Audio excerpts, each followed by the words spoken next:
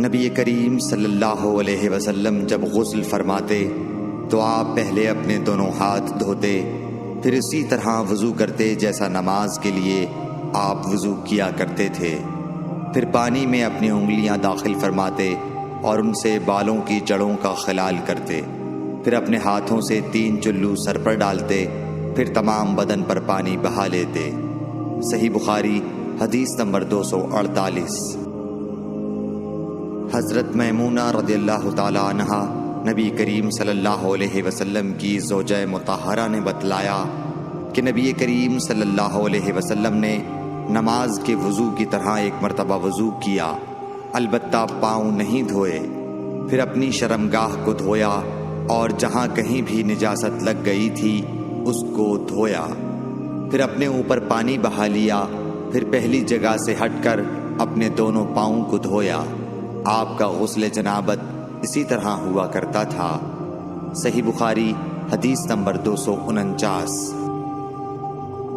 حضرت عائشہ رضی اللہ تعالی عنہا نے بتلایا کہ میں اور نبی کریم صلی اللہ علیہ وسلم ایک ہی برتن میں غسل کیا کرتے تھے، اس برتن کو فرق کہا جاتا تھا۔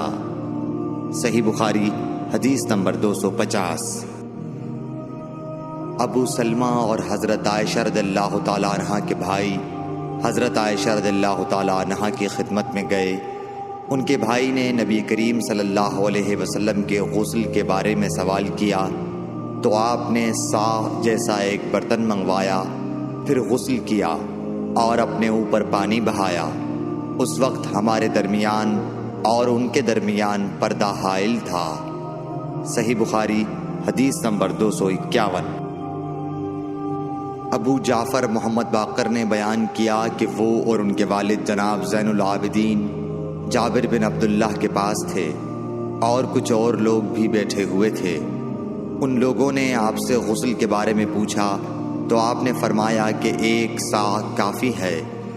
اس پر ایک شخص بولا، یہ مجھے تو کافی نہ ہوگا۔ حضرت جابر رضی اللہ تعالیٰ عنہ نے فرمایا کہ یہ ان کے لیے کافی ہوتا تھا جن کے بال تم سے زیادہ تھے اور جو تم سے بہتر تھے، یعنی رسول اللہ صلی اللہ علیہ وسلم۔ پھر حضرت جابر رضی اللہ تعالیٰ عنہ نے صرف ایک کپڑا پہن کر ہمیں نماز پڑھائی۔ صحیح بخاری حدیث نمبر 252۔ نبی کریم صلی اللہ علیہ وسلم اور حضرت میمونہ رضی اللہ تعالیٰ عنہا ایک برتن میں غسل کر لیتے تھے۔ صحیح بخاری حدیث نمبر 253۔ رسول اللہ صلی اللہ علیہ وسلم نے فرمایا، میں تو اپنے سر پر 3 مرتبہ پانی بہاتا ہوں، اور آپ صلی اللہ علیہ وسلم نے اپنے دونوں ہاتھوں سے اشارہ کیا۔ صحیح بخاری حدیث نمبر 254۔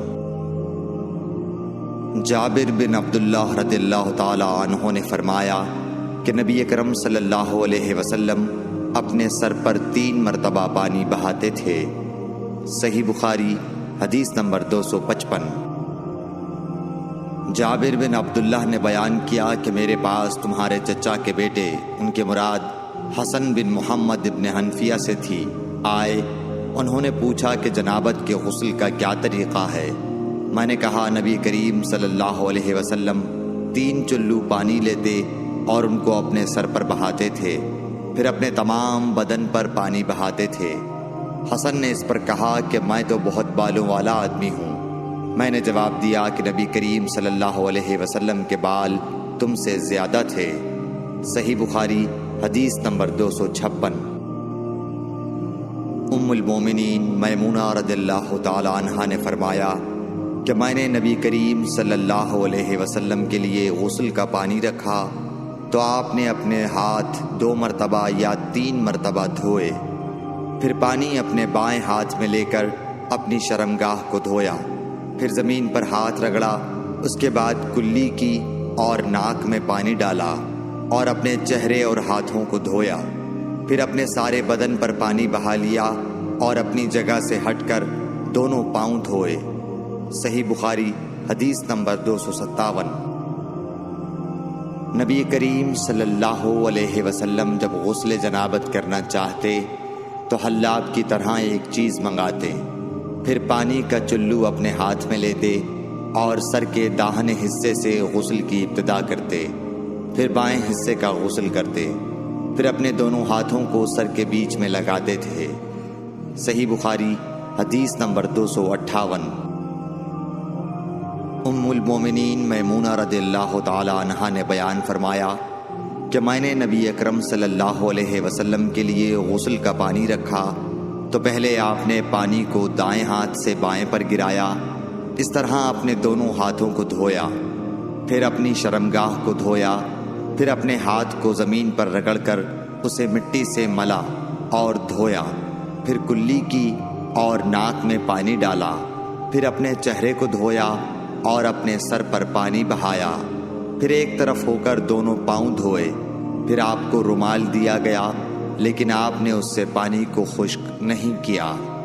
صحیح بخاری حدیث نمبر 259۔ نبی کریم صلی اللہ علیہ وسلم نے غسل جنابت کیا تو پہلے اپنی شرمگاہ کو اپنے ہاتھ سے دھویا، پھر ہاتھ کو دیوار پر رگڑ کر دھویا، پھر نماز کی طرح وضو کیا، اور جب آپ اپنے غسل سے فارغ ہو گئے تو دونوں پاؤں دھوئے۔ صحیح بخاری حدیث نمبر 260۔ حضرت عائشہ رضی اللہ تعالی عنہا نے فرمایا کہ میں اور نبی کریم صلی اللہ علیہ وسلم ایک برتن میں اس طرح غسل کرتے تھے کہ ہمارے ہاتھ باری باری اس میں پڑتے تھے۔ صحیح بخاری حدیث نمبر 261۔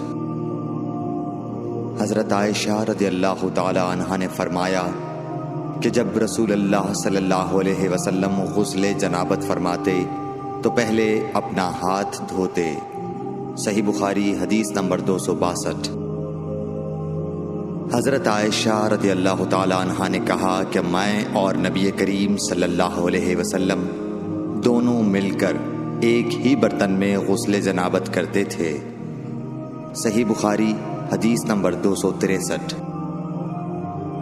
نبی کریم صلی اللہ علیہ وسلم اور آپ کی کوئی زوجہ مطہرہ ایک برتن میں غسل کرتے تھے۔ صحیح بخاری حدیث نمبر 264۔ میمونہ بنت حارث رضی اللہ تعالی عنہا نے کہا کہ میں نے حضرت صلی اللہ علیہ وسلم کے لیے غسل کا پانی رکھا اور پردہ کر دیا۔ آپ نے پہلے غسل میں اپنے ہاتھ پر پانی ڈالا اور اسے 1 یا 2 بار دھویا۔ سلیمان اعمش کہتے ہیں کہ مجھے یاد نہیں راوی سالم بن ابی الجعد نے تیسری بار کا بھی ذکر کیا یا نہیں۔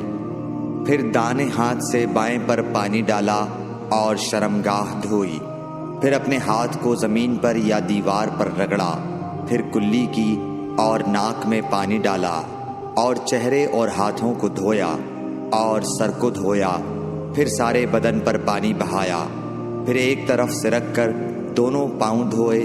بعد میں نے ایک کپڑا دیا تو آپ نے اپنے ہاتھ سے اشارہ کیا اس طرح کہ اسے ہٹاؤ، اور آپ نے اس کپڑے کا ارادہ نہیں فرمایا۔ صحیح بخاری حدیث نمبر 265۔ میمونہ رضی اللہ تعالی عنہا نے کہا کہ میں نے حضرت صلی اللہ علیہ وسلم کے لیے غسل کا پانی رکھا تو آپ نے پہلے پانی اپنے ہاتھوں پر گرا کر انہیں 2 یا 3 بار دھویا، پھر اپنے داہنے ہاتھ سے بائیں پر گرا کر اپنی شرمگاہوں کو دھویا، پھر ہاتھ کو زمین پر رگڑا، پھر کلی کی اور ناک میں ڈالا، پھر اپنے چہرے اور ہاتھوں کو دھویا، پھر اپنے سر کو 3 مرتبہ دھویا، پھر اپنے سارے بدن پر پانی بہایا، پھر آپ اپنی غسل کی جگہ سے الگ ہو گئے، پھر اپنے قدموں کو دھویا۔ صحیح بخاری حدیث نمبر 266۔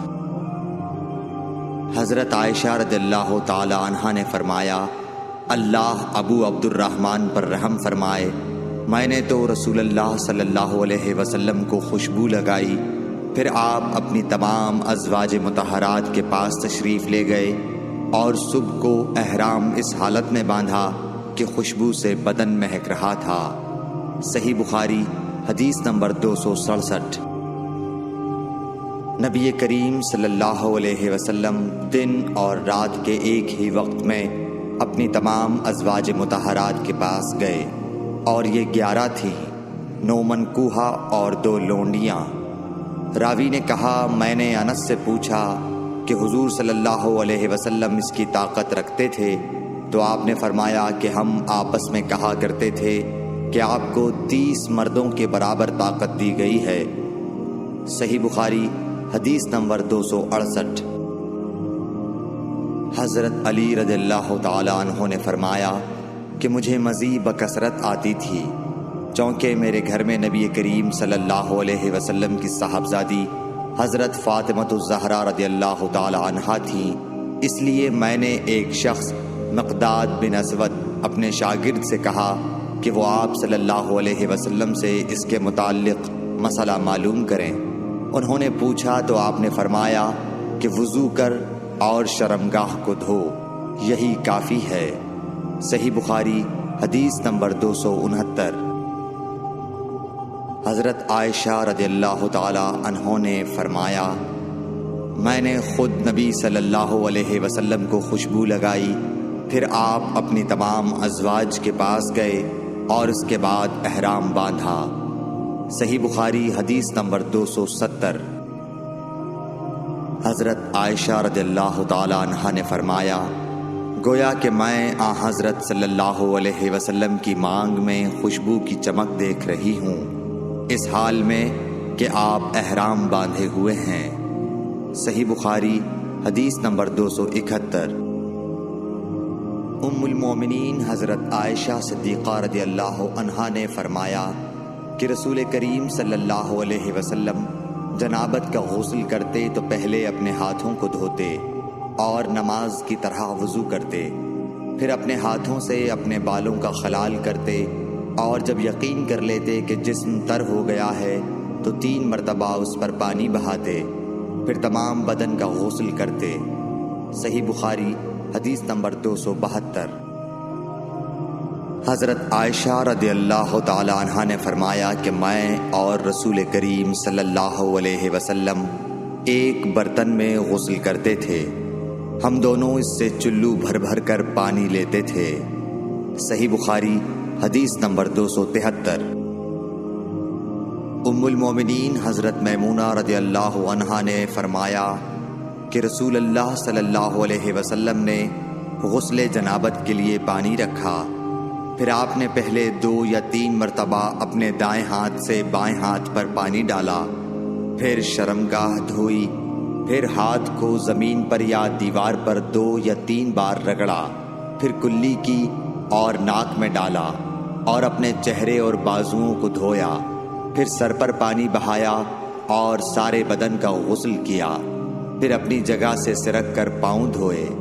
حضرت میمونہ رضی اللہ عنہا نے فرمایا کہ میں ایک کپڑا لائی تو آپ نے اسے نہیں لیا اور ہاتھوں ہی سے پانی جھاڑنے لگے۔ صحیح بخاری حدیث نمبر 274۔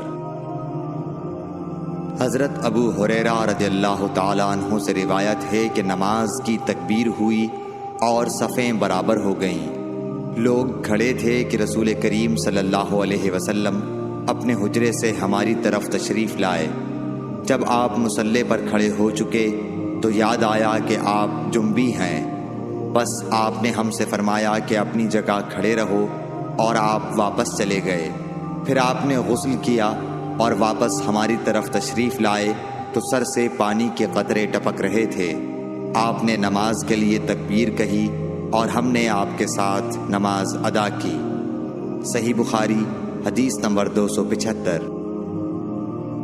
حضرت میمونہ رضی اللہ عنہا نے فرمایا کہ میں نے نبی صلی اللہ علیہ وسلم کے لیے غسل کا پانی رکھا اور ایک کپڑے سے پردہ کر دیا۔ پہلے آپ نے اپنے دونوں ہاتھوں پر پانی ڈالا اور انہیں دھویا، پھر اپنے داہنے ہاتھ سے بائیں ہاتھ میں پانی لیا اور شرمگاہ دھوئی، پھر ہاتھ کو زمین پر مارا اور دھویا، پھر کلی کی اور ناک میں پانی ڈالا اور چہرے اور بازو دھوئے، پھر سر پر پانی بہایا اور سارے بدن کا غسل کیا۔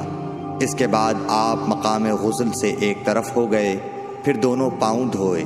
اس کے بعد میں نے آپ کو ایک کپڑا دینا چاہا تو آپ نے اسے نہیں لیا اور آپ ہاتھوں سے پانی جھاڑنے لگے۔ صحیح بخاری حدیث نمبر 276۔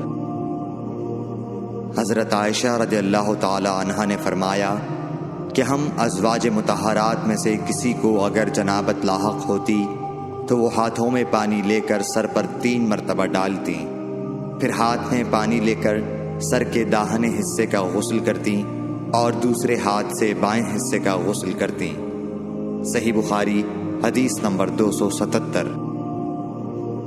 نبی کریم صلی اللہ علیہ وسلم نے فرمایا، بنی اسرائیل ننگے ہو کر اس طرح نہاتے تھے کہ ایک شخص دوسرے کو دیکھتا، لیکن حضرت موسیٰ تنہا پردے سے غسل فرماتے۔ اس پر انہوں نے کہا کہ بخدا موسیٰ کو ہمارے ساتھ غسل کرنے میں صرف یہ چیز مانے ہے کہ آپ کے خصیے بڑھے ہوئے ہیں۔ ایک مرتبہ موسیٰ علیہ السلام غسل کرنے لگے اور آپ نے کپڑوں کو ایک پتھر پر رکھ دیا، اتنے میں پتھر کپڑوں کو لے بھاگا اور موسیٰ بھی اس کے پیچھے بڑی تیزی سے دوڑے۔ آپ کہتے جاتے تھے، اے پتھر میرا کپڑا دے، اے پتھر میرا کپڑا دے۔ اس عرصے میں بنی اسرائیل نے موسیٰ علیہ السلام کو ننگا دیکھ لیا اور کہنے لگے کہ بخدا موسیٰ کو کوئی بیماری نہیں، اور موسیٰ علیہ السلام نے کپڑا لیا اور پتھر کو مارنے لگے۔ ابو ہریرہ رضی اللہ تعالیٰ عنہ نے کہا کہ بخدا اس پتھر پر 6 یا 7 مار کے نشان باقی ہیں۔ صحیح بخاری حدیث نمبر 278۔